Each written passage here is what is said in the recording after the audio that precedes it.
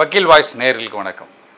இந்த சமூகத்தில் பல்வேறு சம்பவங்கள் தொடர்ச்சியாக நடந்துகிட்ருக்கு. அதுவும் இப்போ கடந்த காலங்களில் இந்தியாவுக்கே ஒரு சாபக்கேடான ஒரு நேரமாக தான் அமைஞ்சிருக்கு. ஏன்னு கேட்டால், பல்வேறு மாநிலங்களில் தொடர்ச்சியாக கோடிக்கணக்கான ரூபாய் கஞ்சா பறிமுதல் செய்யப்படுகிறது, கொக்கைன் பறிமுதல் செய்யப்படுகிறது, மெத்து பறிமுதல் செய்யப்படுகிறது. பல இடங்களில் பார்த்திங்கன்னா ஷிப்பில் இது மாதிரியான இந்திய எல்லையில் இது மாதிரியான பொருட்கள் கிடக்குது. அதுவும் இல்லாமல் நிறைய கைப்பற்றப்பட்ட பொருட்களை காணாமல் போகிற ஒரு சூழல் ஏற்படுகிறது. இப்படிலாம் பல்வேறு விஷயங்களை நம்ம கேள்விப்பட்டுக்கிட்டு இருக்க சூழலில் இப்போ சென்னையில் சமீபமாக கடந்த ஒரு வாரத்துக்கு முன்னாடி பார்த்திங்கன்னா, சென்னை சூளைமேடு சக்தி நகரில் உள்ள அடுக்குமாடி குடியிருப்பில் திடீர்னு போலீஸ் என்ன பண்ணுறாங்கன்னா, உள்ளே புகுந்து எல்லாத்தையும் தேடுறாங்க, ஆராய்ச்சி பண்ணும்பொழுது அங்கே பார்த்திங்கன்னா இந்த கஞ்சா எடை போடக்கூடிய ஒரு எடை மிஷினு, அப்புறம் ஒரு கணிசமான அளவில் கன்சியூம் பண்ணக்கூடிய கஞ்சா இதெல்லாம் பிடிபடுது. யார் இந்த வீட்டில் இருந்தா அப்படின்னு சொல்லி ஆய்வு பண்ணும்பொழுது தான் தெரியுது, கடந்த ஒரு புதுக்கோட்டையை சார்ந்த ஷர்மிளான்ற ஒரு பொண்ணு எல்லாருமே கேர்ள்ஸ் ஒரு 10-15 பேர் ஒரு வீடு எடுத்து தங்கியிருக்காங்க. அது மாதிரி இப்போ சூளைமேட்டில் ஒரு 20 நாளுக்கு முன்னாடி தான் அவங்க அந்த வீட்டுக்கே வராங்க. வரும்பொழுது இந்த ஷர்மிளா அவங்களுடைய தாயார் உடல்நலக் குறைவால் இறந்து போயிடுறாரு. இறந்து போயிட்ட பிறகு அவங்களுடைய தந்தை இன்னொரு திருமணம் செஞ்சுட்டு போயிடுறாங்க. இவங்க ஓஎம்ஆரில் ஒரு ஐடி இண்டஸ்ட்ரியில் இருக்காங்க. அதுக்கு முன்னாடி பெங்களூரில் எங்கேயோ வேலை பார்த்துருக்காங்க. எங்களுடைய நேட்டிவான புதுக்கோட்டை. இந்த பொண்ணு என்ன பண்ணுறாங்கன்னு கேட்டிங்கன்னா, அவங்களுடைய சக நண்பர்களோடு அந்த இடத்துல வேலைக்கு வராங்க. வேலைக்கு வந்த இடத்துல வேலையும் செஞ்சுட்டு வந்துடுறாங்க. செஞ்சிருக்கும் போது அவங்களுக்கு அறிமுகமாக ஒரு நபர், அவர் பேர் சுரேஷ், அவர் திருத்தணியை சார்ந்த சுரேஷ்ன்றவர் அவங்க அம்மா இருந்த பீரியட்லேருந்தே இவர் அவங்களுக்கு அறிமுகமானவர்.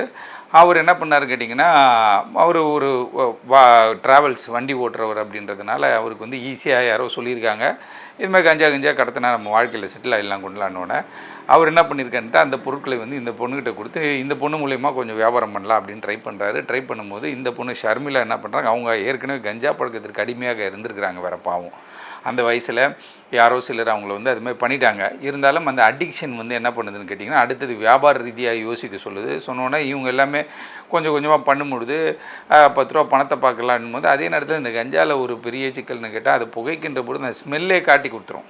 ஸ்மெல்லே பார்த்திங்கன்னா ஒரு 10 வீட்டுக்கு அடிக்கும். அந்த மாதிரி இந்த புகையோட வாசனையே வேறு மாதிரி டிஃப்ரெண்ட்டாக இருக்கும். அதனால என்ன பண்ணுறாங்க கேட்டால், இது அப்பார்ட்மெண்ட்டில் போய் அதை நம்ம பண்ண முடியுமா? அப்பார்ட்மெண்ட்டில் இப்போ ஒரு 10 பேர் இருக்கிற இடம் டம்புடாக இருக்கும், ஏரு ஒரே இடத்துல சுற்றி வரும் காற்று. அப்படின்னும் போது அந்த கஞ்சா வாசனை ஈஸியாக வெளில தெரிஞ்சிடும். அது மாதிரி ஒரு 20 நாளுக்கு முன்னாடி வந்திருக்காங்க. வந்த உடனே என்ன பண்ணியிருக்காங்கன்னா, இந்த வேலையை இவங்க பெங்களூரில் இருந்திருக்காங்க. அதே போல் அந்த பொண்ணு யாருமே அப்பா அம்மா இல்லாத ஒரு பொண்ணாக இருந்த காரணத்தினால அந்த பொண்ணை தவறுதலாக வழிநடத்தி அந்த பொண்ணுக்கிட்ட இந்த கஞ்சாவை கொடுத்து அவங்க விற்க சொல்கிறாங்க. சில தினங்கள் ஒடிசாவிலிருந்து கஞ்சா பார்சல் ஒன்று அப்போது வீட்டில் அப்போது சிட்டியில் போலீஸார் கெடுபடி அதிகமாக இருந்ததுனால இவங்க என்ன பண்ணுறாங்கன்னு கேட்டிங்கன்னா, அதை பத்திரமாக வச்சுக்கொள்றதுக்காக ஷர்மிளா கிட்ட கொடுத்ததா சுரேஷ் சொல்லியிருக்காரு.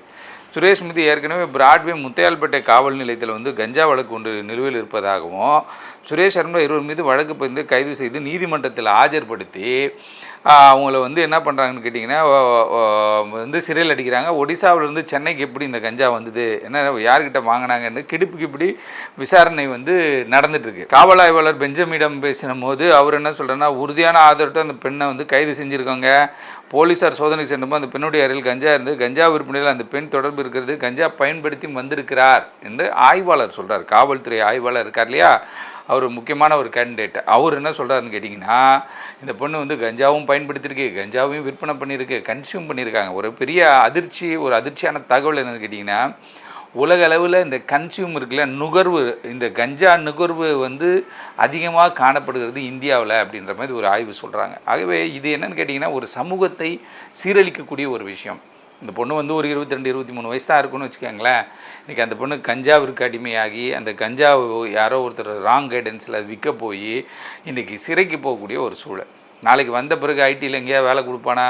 ஐடியில் போனால் 50,000 1,00,000 சம்பளம் கொடுக்குறான், நீட்டாக வாங்கிட்டு போயிருக்கலாமே தவிர, இந்த ஒரு அற்ப சந்தோஷம், அற்ப புத்திக்காக என்ன போச்சுன்னு கேட்டால், இன்றைக்கு கைது செய்யப்பட்டு ஷர்மிளாவும் சிறையில் இருக்கிறாங்க.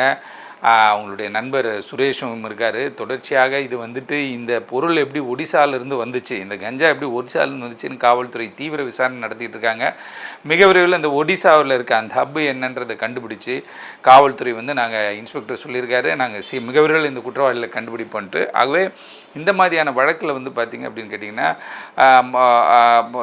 சர்வசாதாரணமாக வந்து உள்ளே போனவங்க மாட்டிக்கிறாங்க. ஆனால் இதோடைய வலை, இந்த நெட்வொர்க்கை வந்து கண்டுபிடிப்பது காவல்துறைக்கு மிக சவாலான ஒரு விஷயம். இருந்தாலும் இந்த தொடர்ச்சியாக தமிழகத்தின் பல்வேறு மாவட்டங்களில் வந்து இந்த கஞ்சா, கொக்கைனு, அந்த மெத்தனுடைய பயன்பாட்டுகள் வந்து எங்கெங்கே இருக்குன்றதை வந்து ஆய்வு பண்ணிகிட்ருக்காங்க. அந்த ஆய்வின் அடிப்படையில் மிக விரைவில் வந்து எராடிகேட் பண்ணுறதுக்கான வழிகளை நாங்கள் தேடிட்டு இருக்கோம்னு போலீஸ் சொல்கிறாங்க. பொறுத்திருந்து பார்ப்போம். இப்படிப்பட்ட சம்பவங்கள் இனியும் தொடராது என்பதை நம்ம வந்து காவல்துறை உறுதியாக சொல்கிறாங்க. பொறுத்திருந்து பார்ப்போம் என்ன நடக்குதுன்னு. நன்றி, வணக்கம்.